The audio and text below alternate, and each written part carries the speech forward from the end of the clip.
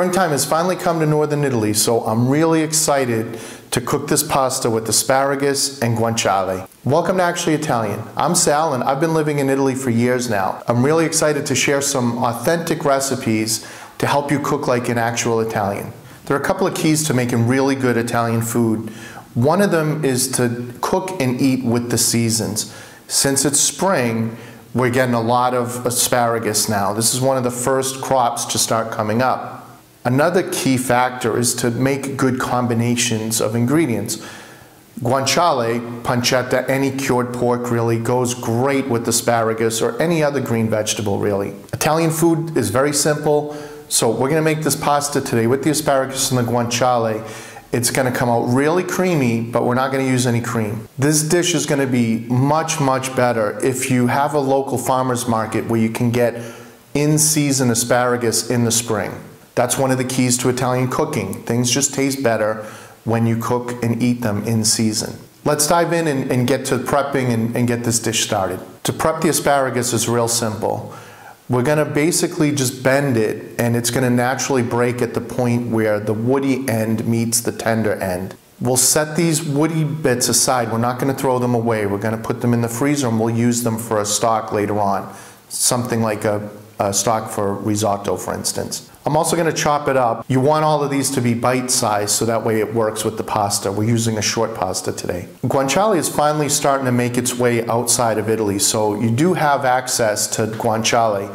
If you don't, you can use pancetta. You could even use bacon. The key is to use a very good quality cured pork product with this to really work well with the asparagus. There is a difference between guanciale and pancetta, however. Guanciale has more of almost like a funkiness to it in a good way. I don't mean like it's off-putting, but it does have a different flavor. The way they're cured is very similar with salt and herbs and spices. Guanciale is made with the jowl, the cheek of the pork. So the fat and the meat in that works differently than the belly, which is where the pancetta is from. It has a different flavor because of that. I've got a link to some guanciale in the description box below. Prepping is real easy. I've got this already sliced. I'm just going to cut it into basically like lardons, little chunks. That's going to help render out the fat because we're going to need that fat to cook everything and to give it flavor. To get started, we need to render out some of this guanciale. So I'm starting in a cold pan with just a little bit of olive oil. It needs to be a cold pan because if we start it like where it's going to be sizzling as soon as it goes in, it crisps up like right away and we don't get all of the fat out.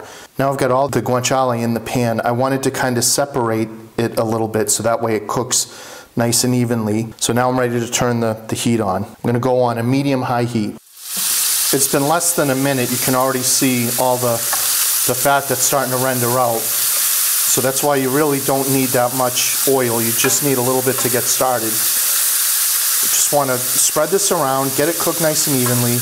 We want to encourage some of that fond there to develop. All those brown bits, that's going to come up when we cook everything else together and form a sauce. We just need a few more minutes to get this nice and crispy, and then we're going to remove it. There's a fine line between crispy and burnt. Even though some of these pieces are still a little not crispy, I'm going to take this out now. Turn the heat down to low, and we're going to leave this fat in. This is going to add a lot of flavor. So let's add the asparagus, and seeing as how it's spring, we're going to use some nice fresh spring onion. Just going to toss it. We'll let this cook on this low heat to slowly soften up. I'm not going to add any salt right now because that guanciale is really salty. Besides that, we're going to have the pasta cooking water is going to be salty, and that'll season it as well.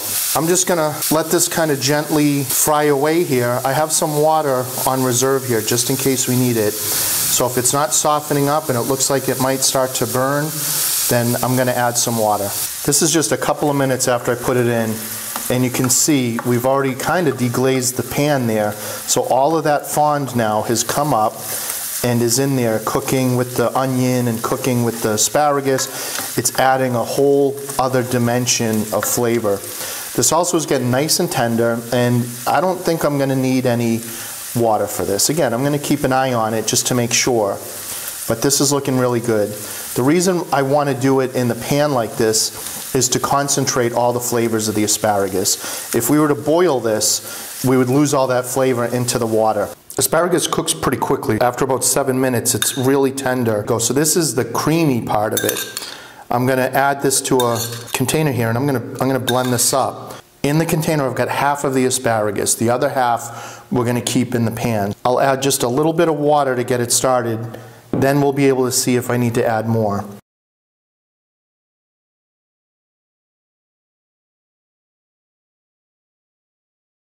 Now it's done. Picture like a loose guacamole, and that's essentially the consistency that you're looking for. I've got the pasta water on now too, because it's basically all going to come together pretty quickly. I'm adding the pureed asparagus here back to the pan, and after I'm going to add a little bit of that cooking water to bring it all together. I'm also going to add about half of the guanciale back to the pan. The rest I'm going to use to garnish it after. That way it stays nice and crispy. We've got our pasta on boiling, and it's a couple of minutes from being done. This is when we want to put the sauce together. I'm going to take some of this nice starchy water here. I'm going to put it into the container, and I'll swirl it around just so that way we get all the rest of that asparagus puree. I'll add this right into the pan. We'll turn the heat on, and we'll get this cooking so that way the starches can start to develop. This is going to make it nice and creamy. Even if it seems like it's a little too loose, remember that it's going to thicken up, and the pasta is going to finish cooking in this, so it's going to absorb. In fact, even though it looks a little bit loose, I already know that I need to add just a little bit more. I'm also going to set aside a little bit just for an insurance policy. This is ready for the pasta now. So as soon as the pasta is a minute away from being al dente, I'm going to add it right to this pan. Now we can add the pasta. I'm using short pasta today. I'm using fusilli because that sauce is going to all get right in between all those little ridges there and really carry the sauce well. Again, this looks like it's a lot of sauce. This will continue to thicken, and it's going to make it a nice consistency. I tested for salt, so this is the point when you'd want to make sure that you have enough salt in here, and it was plenty because that pasta water was salty. I'm going to start tossing this now to get this all evenly incorporated. This is about what we're looking for, where it doesn't fill back in the spot in the pan, means it's thick enough, because this is going to continue to thicken. I'll shut the heat off. This is where we'll add some cheese. This is going to give it another dimension of creaminess. We do it off the heat so that way it doesn't separate and get greasy. All right, now it's time to plate it up.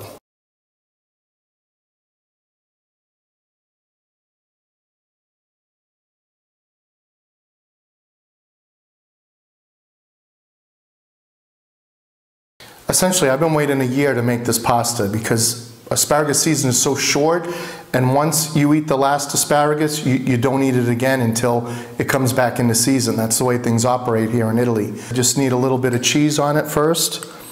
In this case, I've got some grated Parmesan.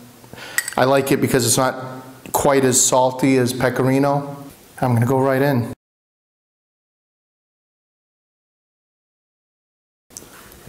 That guanciale and the asparagus is just a match made in heaven. A little bit of herbiness from the asparagus. It's got a little bit of mineraliness to it. Slightly bitter on the finish, but again, that's balanced out by that guanciale. That salt and that umami of the guanciale really brings out the little bit of sweetness that you get in the asparagus. Again, it really intensifies the flavor. The sauce is so creamy, I taste the asparagus, the guanciale. It has that creamy texture on the palate, so you really don't miss the cream. I hope you make this dish. I hope you enjoyed it as much as I did, and I'll see you in the next video.